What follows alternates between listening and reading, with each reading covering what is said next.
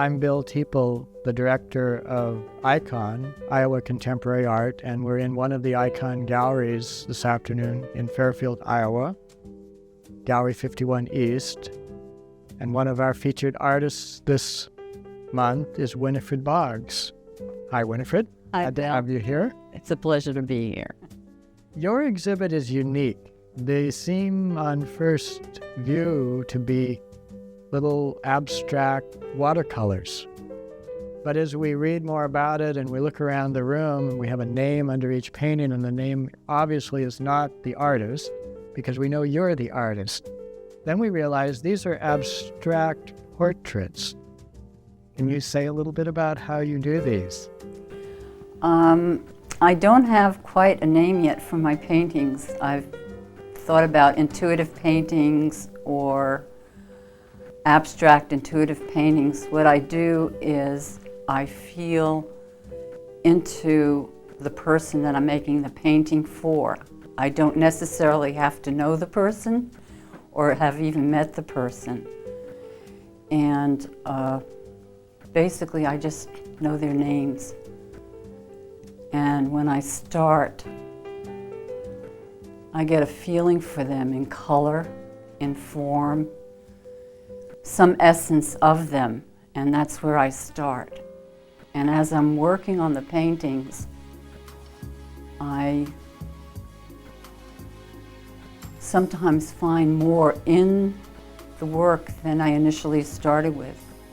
Some new construction of their personality or something that's going on in their life, or some expression that they may not necessarily even know themselves, about themselves. I'm often surprised by the expression that comes out of them. And for example, I can give you a good example or a couple of examples. A friend of mine commissioned me to do a painting of a couple that were getting married, and I had a month to work on it. And I started, and every couple of days it wouldn't work. It just wouldn't work. And I just kept trying and trying. And I was finally thinking, oh, I'm gonna have to admit defeat, which I have never had that happen to me before. And about 2 days before it was due, I just sat down and spent the day working on this painting. And it came out and it was glorious, and I gave it to her. And I naturally told her the story of what was happening. And while I was working on this inability to feel like there was this energy that just wouldn't work. And she said, well, funnily enough, the man that was in the painting was still actually considering whether he wanted to get married. And 2 days before, which was when I worked on it, he finally decided in his heart that this was something he was 100% behind and not just 95%. And I said, well, I wish someone had told me that. This was me before I started working on the painting, but that's how it came out. And I did a painting once for a very young girl, which was a commission, someone who lives in Canada who I've never met, who was 13 at the time. And it was a very intense, strong painting with a lot of what we could say dark colors like gray and black and real dark blue, navy blues. And I kept working on it thinking, this is a 13-year-old. And yet, when they gave her the painting, it was as though she saw herself. So this is one family. Yes. But there's a different quality to each piece because you're tuning into the quality of each person. Right. And it's very spontaneous. You're not thinking. You don't think ahead of time, I'll do this for that person, or no, I don't. It's all just in the moment. When I get into thinking, then I lose some of the feeling level, and what I like to stay into the feeling level. This is Joetta Lashway, who I did the original painting for. And she's a dancer and a massage person and just very organic and lively.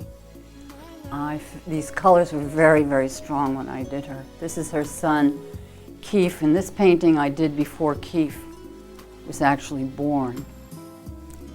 And this is Joetta's mother, which I just recently finished this around Christmas time.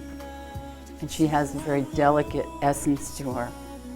And I felt that I captured that, and she's very happy about it. I might digress here a minute. When I first came to Fairfield, I started doing these, what I called birth paintings for people. There were a lot of people I knew who were having babies, and some of them I gave as gifts. And I called them the birth paintings because they were pre-birth paintings. This is a painting of Barbara Wacknoff, and this is a painting of the Stackland family, Ron, Maricela, Serena, Ryan, and Jordan. And I felt that I captured each of their essences, but all of them together sort of flow into each other. Sometimes I think of Serena as being the water and the purple, but then sometimes I think of Maricela as being the purple, and of Ryan and Jordan of being these colors, this light brown and this green. But it's not always that defined. It's always not that clear. So this is a painting of Coralie Day. I usually call her Corey.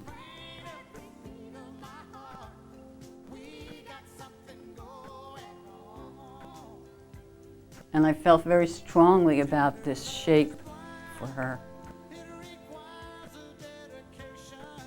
This womb-like mother shape. Because in her heart, she seems to always hold all of us.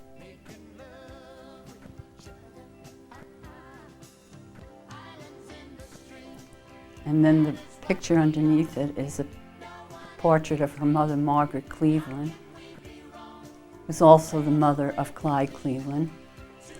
And I painted this and wrote this poem for her memorial service. She passed away in 1999.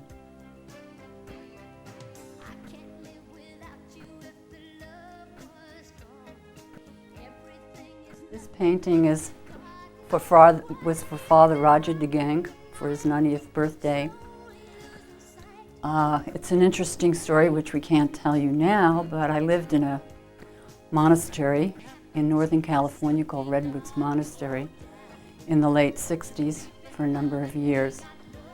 And this painting was made for him. And when I gave it to him, I wasn't quite sure how he would take it, because he was very staid and a very heartfelt person, but very staid. And yet this really brought out some level of feeling in him, which was very delicate.